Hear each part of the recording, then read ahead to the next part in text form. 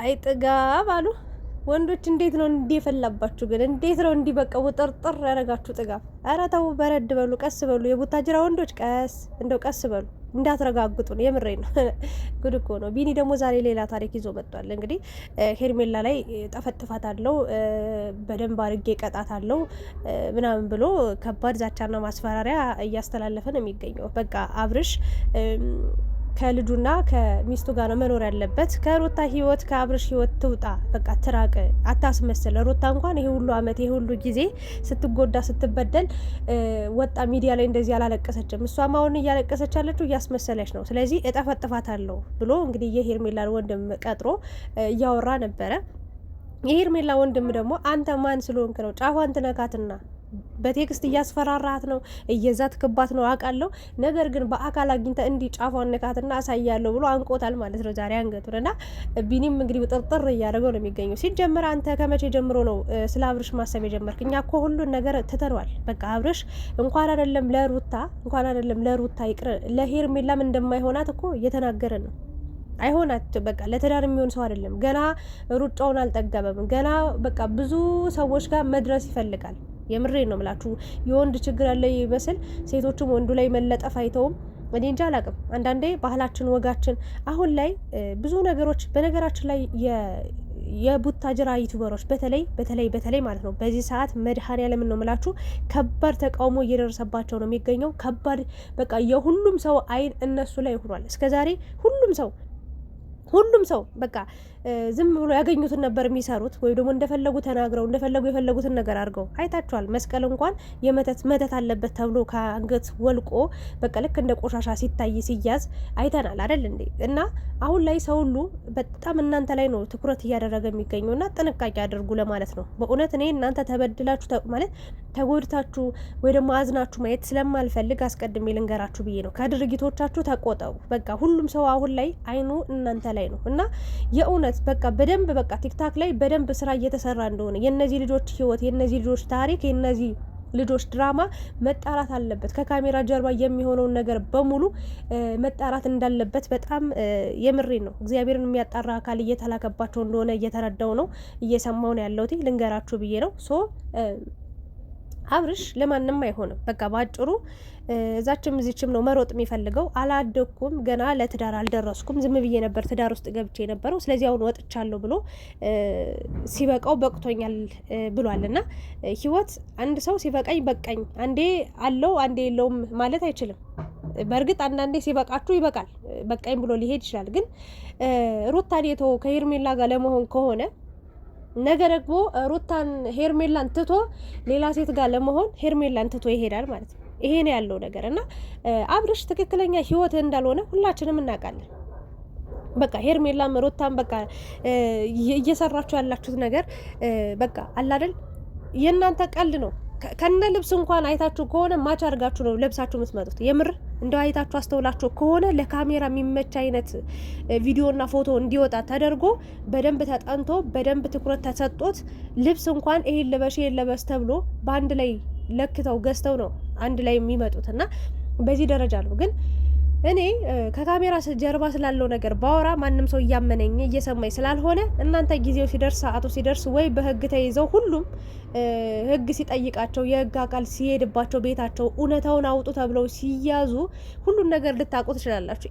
ኢቭን ማለት ነው የፍቅርና የፉፉን ታሪክ ታውቃላችሁ። መጀመሪያ የነበረው ታሪክ ሲወራ ሲደመጥ ሲሰማ የነበረው ታሪክና ከዛ በኋላ ደግሞ ትክክለኛ የህይወት ታሪካቸውን ሲናገሩ የት ጀምረው እንደው በምን የእውነት ምንም የተመሳሰለ ነገር እናንተ የምትጠብቁት ሌላ፣ እነሱ ሲያወሩ የነበሩ ትክክለኛ ህይወታቸው ሌላ ነበር። አይታችኋላ። እንደው ግምጃ ልንገራችሁ ከስንት ወንድ ጋር ነው ስንት ነገር የኔ ፍቅር የኔ ማር የኔ ውለላ ስትል የነበረው ከዛስ ምንም ፍቅረኛ እንደሌላት ነው የተናገረችው። እና አንዳንዴ ከካሜራ ጀርባና ከካሜራ ላይ ያለውን ነገር እኔ ሁሉን ነገር የትኛው ውሸት እንደሚሰራ ማን እውነት እንደሚያወራ ማን ትክክለኛ ሀሳብ እንዳለው እያንዳንዱን ነገር አውቃለሁ። አንዳንዴ እውነታን እያወቅኩኝ በቃ ህዝቡ እስኪያውቅ እኔ ጸጥ እላለሁ።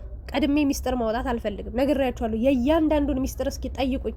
የቲክታከርም በሉ በተለይ የዩቲዩበሮች የቡታጅራ ዩቲዩበሮች በደንብ አውቃቸዋለሁ።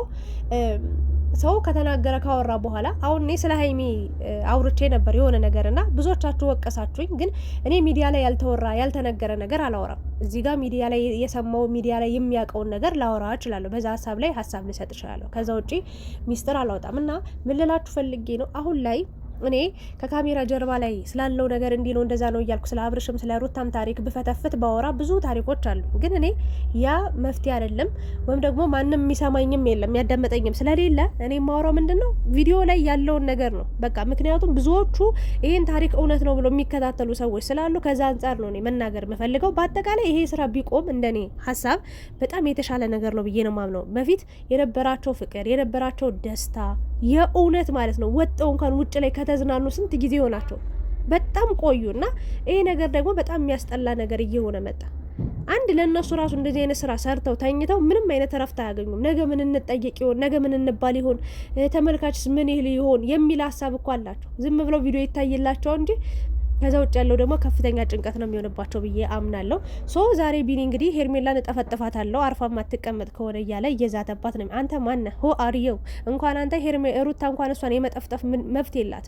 ማንም ሰው ሄርሜላን በዚህ ሰዓት የመንካት የመናገር መብት የለው ማናችሁም አንተን ብትሆን ማለት ነውና በጣም ወጥ ረገጣችሁ። ሄርሜላን ከዚህ በፊት ብዙ ጊዜ ወቅሳችኋታል፣ ሰድበናታል፣ ተቆጥተናታል፣ መክረናታል። በቃ እሷ በዚህ ሰዓት የሚጠቅማትን ነገር ራሷ ትወስን። ከአብርሽ ጋር ሆነች አልሆነች ለሩታ ምን ይጠቅማታል? ሲጀመር እኮ ተናግሯል እኮ ደጋግሞ ተናግሯል። እኔ ሄርሜላ ስለመጣች አይደለም ከሩታ ጋር የተለያየሁት። በቃ በጭራሽ ሩታን ማየትም ማውራትም አልፈልግም። በቃ ከሩታ ጋር ያለው ነገር አብቅቷል። ከሄርሜላ ጋር እንኳን ብለያይ ሄርሜላ እንኳን አብራይ ባትኖር ከሩታ ጋር መመለስ አልፈልግም ብሏል። እንግዲህ ምናልባት ከካሜራ ውጪም ሌላ ታሪክም ሊኖር ይችላል። ግን ካሜራ ላይ ያለውን ነው የምናወራ ብያቸዋለሁና እንደዚህ አለ አይደል? እች ልጅ አንተ ማን ስለሆንክ ነው ግዴታ አብርሽ አልኖርም እያለ ለሁሉም ሰው እየተናገረ ኢቭን ለሩታ እንኳን እየነገራት አልፈልግሽም እያላት እች ልጅ የራሷን ኑሮ እንድትኖር በራሷ እንድትተማመን በቃ የራሷ ተስፋ እንዲኖራት ማድረግ ስትችል ሌላ ከአብርሽ ጋር ሌላ ጦስ ውስጥ የምትገባው ምን ቤት ነህ አንተ? እና ሄርሜላን እመታታለሁ ምናምን አንተ መፍትሄ የለም። ጫፏን ንክት አታረጋትም። የምሬ ነው። ሳት የለበሰ ሳት የጎረሰ ወንድሟን የመጣው ዛሬ እግዚአብሔር እንዴት እንዳሳቀኝ እንዴት እንዳኮራኝ። ወንድም ለካ እንደዚህ ነው እንቃረገው። ጫፏን እስኪ ትነካታለሁ ሁላችሁን ማለት እንዲጎትቼ እንትን ውስጥ ነው ጉድጓድ ውስጥ ነው ምከት። የእውነትን ነው እንዴ ቢኒ አንተ ምንድነው አሽቃበጥ ክሳ በጣም የማሽቃበጥ ጥግ። ሄርሜላን የመዛት የማስፈራራት መፍት የለም። ወንድ ከሆንክ እስኪ አብርሽን አስፈራራ እስኪ። ማንም ሰው አብርሽ የሚናገረው ሰው የለም በዚህ ሰዓት። መድኃኔዓለምን ነው የምላችሁ። ተው፣ ሁለት ሴት ላይ እንዴት ትጫወታለህ? ለምን ሩታን አስለቅሰን በዋ ሳይደርቅ እንዴት ሄርሜላንስ በዚህ ልክ ልታስለቅሳት ትችላለህ? አቁም፣ ይሄ ግፍ ነው፣ ይሄ ኃጢአት ነው ብሎ አንድ ሰው እንደው ለሃይማኖት እንኳን ተቆርቋሪ የሆነ ሰው ሂዶ መክሮታል? አልመከረውም። በቃ አብርሽ ብር አለው፣ በቃ ደረቱ ያበጠ ነው፣ ያቺም ሴት ነው የምትፈልገው፣ ተፈላጊ ነው ምናምን ነገር ማንም ሳይናገረው። ወንድ ከሆንክ ማለት ነው ቢኒ፣ ወንድ ከሆንክ ሩታ ጋር ተመለስ ምናምን ሳይሆን አንተ እንዴት እህቴ እንዲህ ትጎዳታለህ ብለህ እስኪ ሂደህ ዛትበት እስኪ። ሄርሜላ ላይ እንደዛትከው ሄርሜላን እጠፈጥፍሻለሁ እንዳልከው እስኪ ሂደህ አብርሽን እጠፈጥፋለሁ በቃ ሩታን እንዲያታሰቃያት ሲበቃኝ በቃኝ ብለህ አትሄድም። አይቻልም፣ አይሆንም።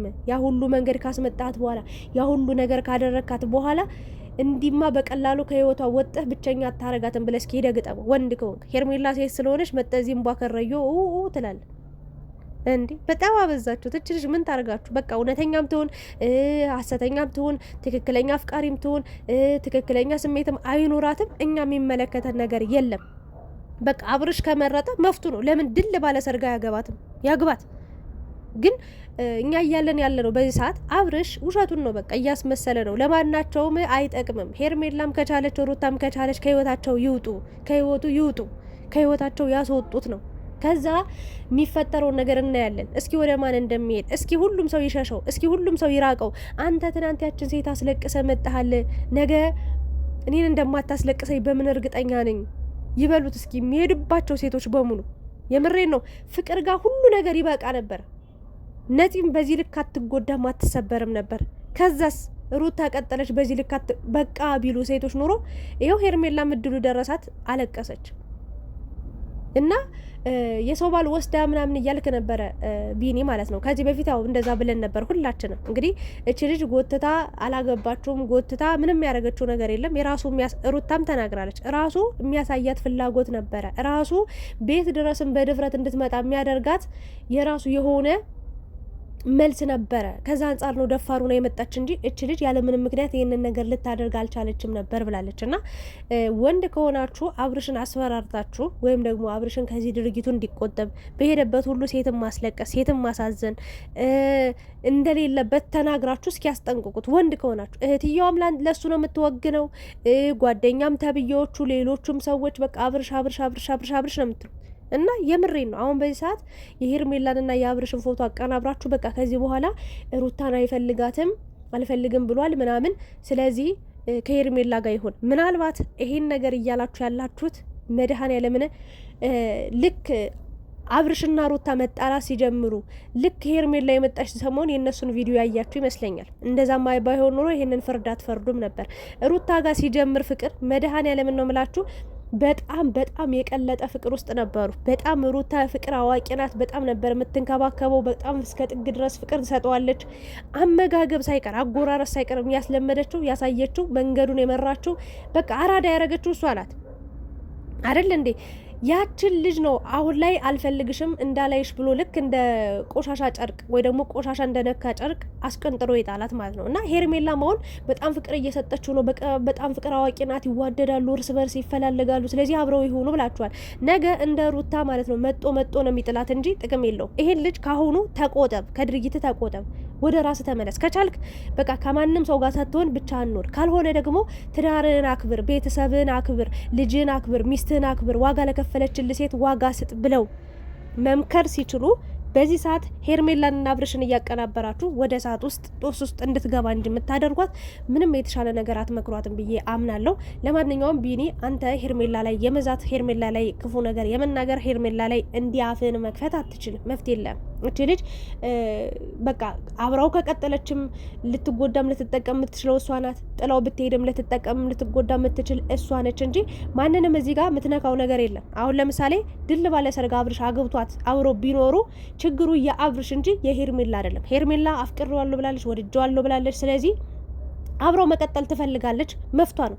ሩታም ይሄኔ ጥያቄ መጠየቅ አትችልም። በቃ አብርሽን እስከፈለገችው ድረስ በህግ መሄድ ትችላለች፣ በፈለገችው መንገድ። በእርግጥ ተፋታለች፣ ወደ ህግ መሄድ የምትችል አይመስለኝም። ለማንኛውም ግን በሄርሜላ ጉዳይ ማናችሁም አይመለከታችሁም። ስለ ሄርሜላ ማንም ሰው በዚህ ሰዓት ሀሳብ አስተያየት ሊሰጥ ሄርሜላ ሊያመናጭቅ ሄርሜላ ላይ ሊዝት አይገባም። በቃ የፈለገ ታሪክ ውሸታም ትሁን፣ ሌባ ትሁን፣ አጭበርባሪ ትሁን፣ በቃ አብርሽ የሚያሳያት ነገር ነው እዚህ ደረጃ እንድትደርስ ያረጋት። እሷ በመፍቷ ያረገችው ነገር ስለሌለ ቢኒ አንተ አይመለከትም ነው ምለው። ይሄ ዳቦ በቀደደው አፋችሁ በቃ አንዴ ሚዲያ ወጣን ብላችሁ እንዲያፋችሁን መክፈት አይጠበቅባችሁም። ወንድሜ ነው ካልክ አብርሽ ወንድም ከሆነ ምከረው። በዚህ ልክ ያንተ እህት በዚህ ልክ እያስለቀሳት ቢሆን ሄደ ትገለው ነበር። እግዚአብሔርን ይሄኔ የሄርሜላም ደህና ወንድም ስለሌላት የሩታም ደህና ወንድም ደህና ቤተሰብ ቅርብ የሆነ ቤተሰብ ሂዶ የሚያፋጥጥ ሂዶ እንቃርጎ አንተ ምን ፈልገ ነው ብሎ የሚናገር ሰው ቢኖር ኖሮ በዚህ ልክ ወጥ ረግጦ በአደባባይ ላይ ለስንት ጊዜ ዋጋ የከፈለችለትን ሴት ስንት ነገር ያደረገችለትን ሴት የልጁን እናት እንዳላይሽ ብሎ እንደ ቆሻሻ ጨርቅ አይጥላትም ነበር። ገባ? ይህንን ነገር ነው ልናገር የምችለው። ጥፋቱ የአብርሽ ነው፣ አብርሽ ነው ማስተካከል ያለበት። ከዛ ውጭ ሄርሜላ ላይ ማንም ሰው አፉን መክፈት አይችልም በዚህ ሰዓት። ከተስማማችሁ ላይክ፣ ሼር፣ ሰብስክራይብ አድርጉ። ሀሳብ አስተያየታችሁን ኮሜንት ላይ አስቀምጡ። ይህንን ነው ልል የምችለው። የሄርሜላ ወንድም ግን አድንቅ ያለው አንደኛ በቃ ማንም ሰው እዚህ እየመጣ አፉን እንዲከፍትባት አለመፍቀደ ጥሩ ነው።